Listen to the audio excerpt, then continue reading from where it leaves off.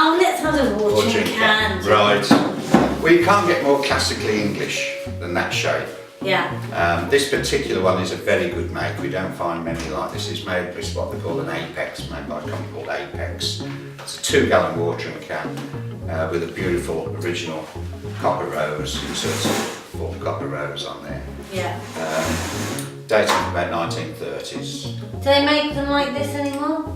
They do, but as soon as you pick them up, you realise that they haven't got the gauge of steel. Yeah. These are galvanised, zinc galvanised in the 1930s on heavy gauge steel. And not even a hole on the bottom. No, the holes are only where the holes should be. Right, let's talk dibbers, because we like dibbers. Dibbers, don't we? right. Well, that's a typical nice little turned wood dibber for in the greenhouse for seeding out and that sort of work, and it shows the graduations down it. But they look very attractive. What are they made of? The wood varies. I'm not sure. That's probably ash. By Yeah. the look of it, yeah. A nice grain pattern. Absolutely. Right. Dibber. Yeah, oh, dibber. No. Oh, yeah, let's have a different dibber. This is a purpose-made steel tip dibber. So you've got a nice old T-handle and then a good heavy-duty steel. More for use in the garden. Yeah. It's nice. We find some of these old ones, and when we look closely in the handles, they're a nice little warm one, where someone's thumb Yeah, has worked away for years. They're Yeah. really charming things. I love that. Thank you. Right, let's just get on to daisy Daisy grubbers. Right. Yes. Come on then. Give us- Well, daisies, some people don't like daisies in their lawn. Right. I think they look quite nice. Yes. But the problem is if you're trying to dig them out using a trowel or a hand fork, you take a big chunk of lawn away as well. Yeah. Whereas with this tool, it enables you to lift the daisy out, minimal damage to the lawn. The prongs go into the ground, and Yeah. then this part acts as a fulcrum, and you just lift the daisy out like that. And seriously, this tool is just for daisies.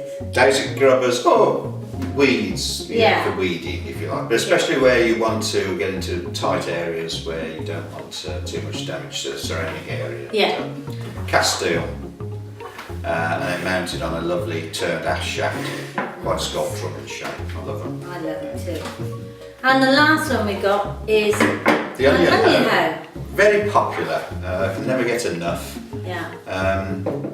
Especially in areas like Lincolnshire where these were used agriculturally.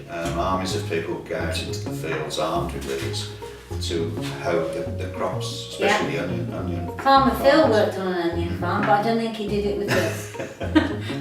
But that's a very good example in good condition, lovely forged from all from one piece of cast steel. Yeah. With a nice ash.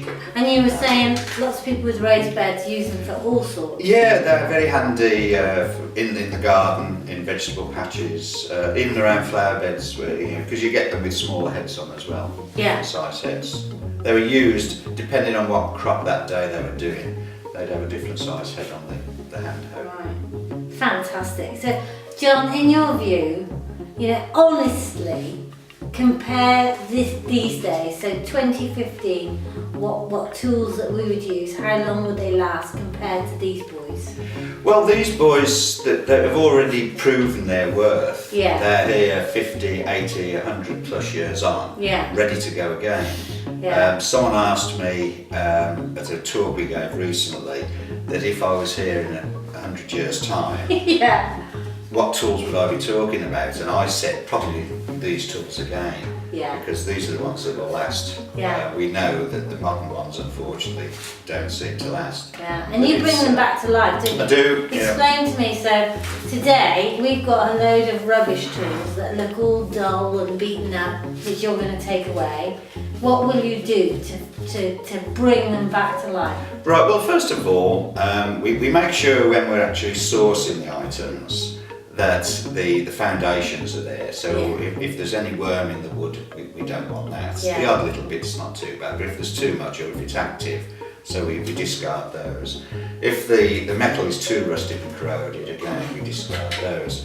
So we start off with a good foundation. Yeah. The metalwork then we just lightly clear off the loose rust. Yeah. And the wood sand it down, smooth it off, get it clear, well, cleaner, and then protect it all again then using a wax. We use a wax because we want a nice, attractive satin shine finish Yeah. to the item, and it gives it protection as well. Feeds the wood and we wax the metal as well, so ready to go. Fabulous. Thanks, John.